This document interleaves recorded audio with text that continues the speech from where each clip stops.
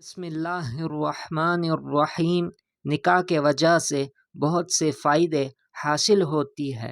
نکاح کی وجہ سے آدمی بہت سے گناہوں سے بچ جاتا ہے، جن سے خواہشات کو نکاح کے ذریعے پورا کرنے سے میاں بیوی کے دلوں میں سچی محبت اور خیالات میں پاکیزگی آتی ہے۔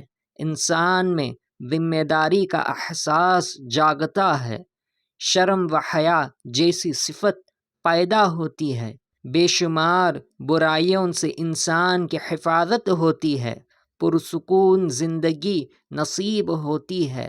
نکاح کا سب سے بڑا اور اہم فائدہ یہ ہے کہ نکاح کے نتیجے میں جو اولاد پیدا ہوگی وہ حضور صلی اللہ علیہ وسلم کی امت میں اضافے کا سبب بنے گی۔